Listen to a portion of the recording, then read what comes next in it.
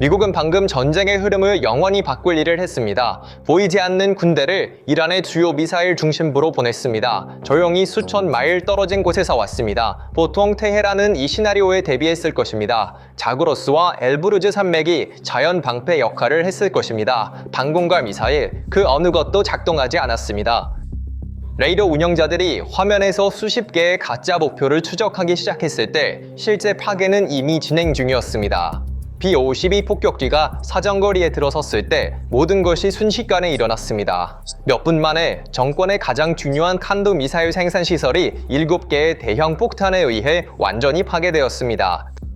공격은 너무나도 파괴적이어서 2차 폭발로 인해 대규모 단지의 탄약, 작업장, 지하 저장 시설이 공중으로 날아갔습니다. 목표로 삼은 시설은 테헤란에서 150km 떨어진 카스빈 지역에 위치해 있었습니다. 이곳은 보통 수도의 방공 시스템에 완전한 보호를 받고 있었습니다.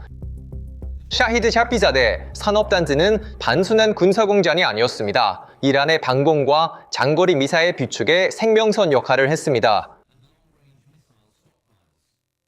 항공산업기구의 산하에서 운영되는 이 거대한 단지는 이슬람혁명 수비대의 첨단 탄도 미사일 프로그램의 중추를 형성했습니다.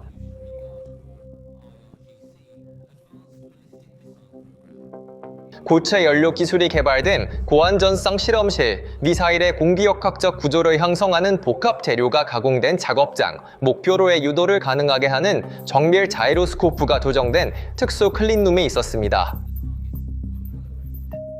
이것은 단순히 오늘날의 탄약 수요를 충족시키는 생산 라인이 아니라 미래의 개념 설계가 시제품 단계로 발전한 중요한 연구개발 허브였습니다.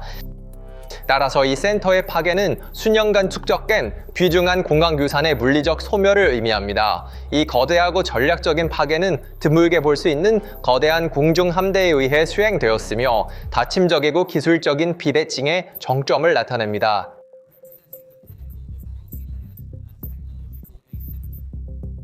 이 작전의 물류 계획은 세계의 한쪽 끝에서 다른 쪽 끝까지 조정된 것 자체가 하나의 업적입니다. 공개된 자료에 따르면 이 작전의 주요 타격 부대인 B-52H 스트라토포트리스 폭격기는 영국의 RAF 페어포드 또는 인도양의 디에고 가르시아 기지에서 이륙했습니다. 그들은 목표에 도달하기 위해 약 4,200km의 굳은 거리를 이동해야 했습니다. 이 10시간에서 12시간에 걸친 논스톱 작전은 하늘에서 KC-135와 KC-46 항공기가 제공한 여러 번의 공중 급유 지원 없이는 성공할 수 없었습니다. 하지만 그들은 이란 영공에 진입하지 않았습니다. 그럴 필요가 없었습니다. 그들은 날개 아래와 내부 무기창에 총 20발의 AGM-1918, JASSM, ER 미사일을 탑재하고 있었으며 이 미사일은 사거리 925km, 낮은 레이더 반사 면적, 지형을 스캔하며 저고도로 비행할 수 있는 스텔스 순항 미사일입니다. 각 미사일은 450kg의 장갑 관통 탄두를 탑재하고 종말 단계에서 적외선 탐색기를 사용하여 목표물을 조준합니다. 몇 대의 B-52는 총 80발의 JASSM이 ER을 발사할 수 있으며 이는 단 한 번의 출격으로 전체 산업단지를 파괴할 수 있는 충분한 화력입니다. 이 대규모 공중 배치는 수많은 부대가 매 순간 완벽한 동기화로 작동해야 하며 미국과 이스라엘 간의 모사드 CIA 정보 공유 네트워크가 얼마나 완벽하게 운영되는지를 강조합니다. 그러나 JASSM-ER은 혼자 오지 않았습니다. 공격의 구조를 분석할 때 이러한 성격의 작전에서 미국과 이스라엘 공군이 전통적인 공습보다는 집중적인 전자전 개념을 사용하고 있다는 것이 분명해집니다. EA-380 그라울러 전자전 항공기와 F-35A 전투기가 첫 번째 파동에 배치되었을 가능성이 높습니다. 이 선봉들은 이란 영공 깊숙이 침투하기 전에 점 레이더를 무력화할 수 있는 신호 방해 전술을 사용할 수 있습니다.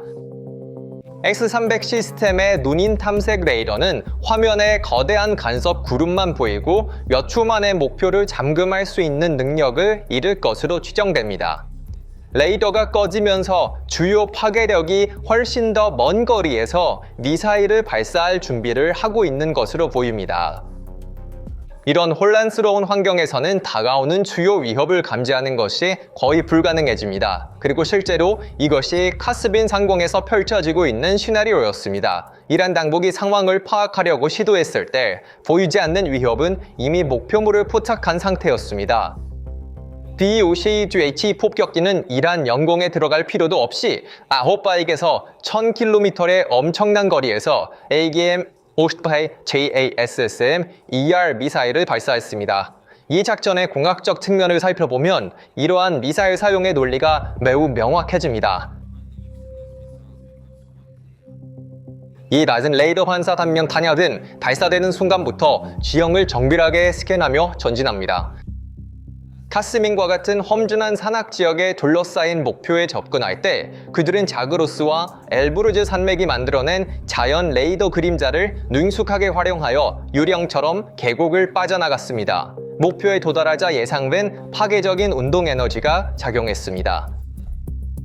미사일과 함께 GPS와 INS 유도로 장착된 2000파운드 GBU-31 JDAM 폭탄은 복합단지를 평탄하게 만든 공격의 주요 요소였으며 철근 콘크리트 구조물을 종이처럼 찢어버렸습니다. 장갑 관통 탄두가 철근 콘크리트 지붕을 몇 초 만에 뚫었을 때密閉된 공간의 내부 압력이 엄청난 수준으로 치솟았습니다. 이로 인해 건물이 단순히 붕괴되는 것이 아니라 내부에서부터 격렬하게 파괴되는 과정이 촉발되었습니다. 기계, 주형, 저장된 위험 화학 물질이 즉시 치명적인 파편으로 변했습니다. 시설의 중심에서 일어난 이 갑작스러운 반응은 주변 구조물을 도미노처럼 무너뜨려 잔해의 연쇄를 만들었습니다. 3월 25일 아침 일찍 이러한 공격 이후 시설의 운영 능력은 완전히 소멸된 것으로 보입니다. 유출된 민간인 비디오에 포착된 거대한 2차 폭발은 내부에 저장된 로켓 연료와 화학 물질이 어떻게 자멸적인 죽음의 덫으로 변했는지를 극명하게 보여줍니다.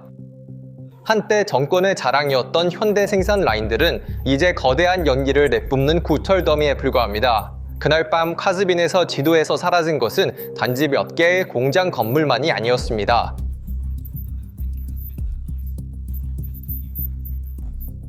이란의 수십 년간의 탄도 억제 인프라는 단 하룻밤 만에 전면적인 붕괴를 겪었습니다. 엘브루즈 산업 도시에서의 이 파괴가 단순한 공장 폐쇄 이상의 깊은 지정학적 충격을 내포하고 있다는 것을 보는 것은 어렵지 않습니다. 이 작전은 중동의 세력 균형에 도전할 수 있는 물류 병목 지점, 기동의 중심 허브 역할을 합니다. 이 시설은 정권의 국경을 넘는 작전을 지원하는 대리군의 주요 공급 경로 중 하나로 간주됩니다. 예멘에서 홍해 교통을 방해하는 후티나 남부 레바논에 주둔한 헤즈볼라 같은 요소들은 이러한 생산센터에서 상당한 힘을 얻습니다.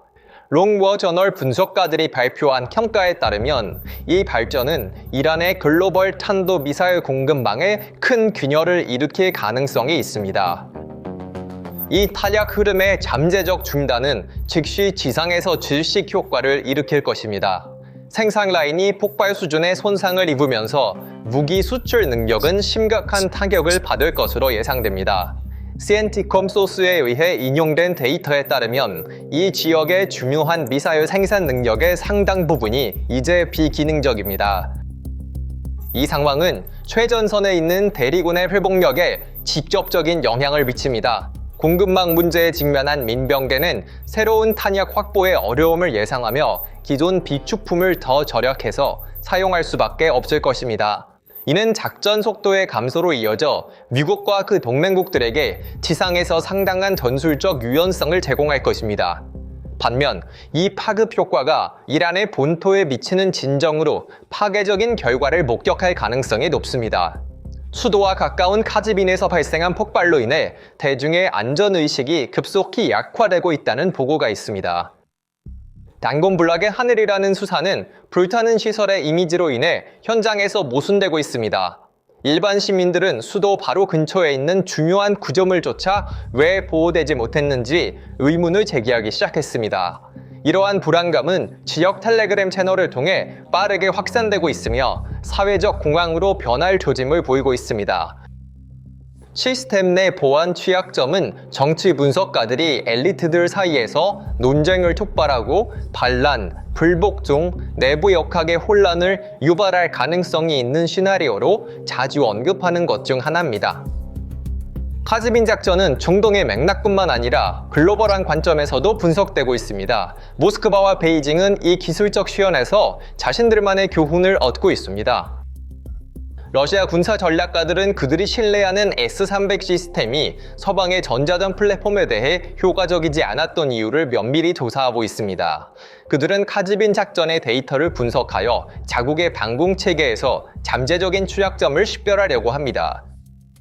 마찬가지로 중국이 태평양 지역의 잠재적 시나리오를 모델링할 때 B-52의 장거리 스탠드오프 미사일이 만들어낸 파괴력을 자체 위협 평가에 포함하고 있습니다. 이 작전은 미래 분쟁의 원형을 제시합니다. 다시 한번 정보 지원을 받는 첨단 항공기와 정밀 유도 무기가 대규모 지상군보다 전략적 결과를 가져온다는 것이 입증되었습니다. 공중급유와 스마트 경로 덕분에 거리의 개념이 사라졌습니다. 안전구역의 정의가 새롭게 쓰여졌습니다. 심지어 국가 경계 안수백 킬로미터에 위치한 시설도 첨단 공군의 일상적인 목표가 되었습니다. 글로벌 안보 구조에서 방어 기술과 공격 플랫폼 간의 경쟁이 가속화되고 있습니다. 에브르즈 시설의 파괴는 현재의 비축물 손실뿐만 아니라 미래의 외교 협상에서 협상력을 약화시키는 것을 의미합니다. 외교적 체스판에서 이 시나리오는 테헤란을 매우 궁지로 몰아넣을 수 있습니다. 다른 지역 행위자들과 경쟁 국가들은 이 기술적 취약점을 자신들에게 유리하게 해석할 것입니다. 고안보 시설을 자국 내에서 공습으로부터 보호할 수 없다면 구조가 지역의 지도자나 수호자로서의 능력에 대한 신뢰가 흔들리는 것은 당연한 일입니다. 바람의 변화가 감지된 인접국가들은 이 새로운 현실에 비추어 그들의 정치적 입장을 조정할 것으로 예상됩니다. 이 움직임으로 미국은 군사적으로 경쟁자를 밀어낼 뿐만 아니라 지정학적 도착 상태로 끌어들이고 있는 것으로 보입니다. 내부 균열을 관리해야 하는 정부는 외부 영향력을 유지하는 데 어려움을 겪을 가능성이 큽니다. 이는 지역 영향력에 대한 그들의 야망이 점차 붕괴 과정에 들어갈 수 있음을 시사합니다. 지리적 장벽과 다층 방어 시스템 뒤에서 지역 정책을 형성하는 구조는 이제 현대 전쟁의 비대칭 현실에 더 큰 강도로 직면하고 있습니다. 우리는 스텔스 항공기와 전자 방해 시스템이 소위 난봉불락의 요새를 그들 자신의 레이더 감시하에 무력화시키는 것을 목격하고 있습니다. 생산 라인의 중단은 전장에서 탄약의 흐름을 차단하는 것 이상의 영향을 미칩니다. 자신의 수도 바로 앞에서 군사 자산을 보호하지 못한 데서 오는 심리적 균열은 물리적 잔해보다 훨씬 더 오래 지속되는 상처를 남길 것입니다. 오랜 세월에 걸쳐 구축된 억제력 서사는 이번 최신 사태로 심각한 타격을 입은 것으로 보입니다. 테헤란은 진화하는 전쟁 기술 앞에서 방패가 사라진 현실을 감안하여 새로운 방향을 모색해야 할지도 모릅니다. 이 문제에 대한 여러분의 생각은 어떠신가요? 댓글로 의견을 공유해주세요. PPR 글로벌의 독점 분석을 계속 받으시려면 채널을 구독하시고 알림 설정을 잊지 마세요. 저희를 선택해주셔서 감사합니다.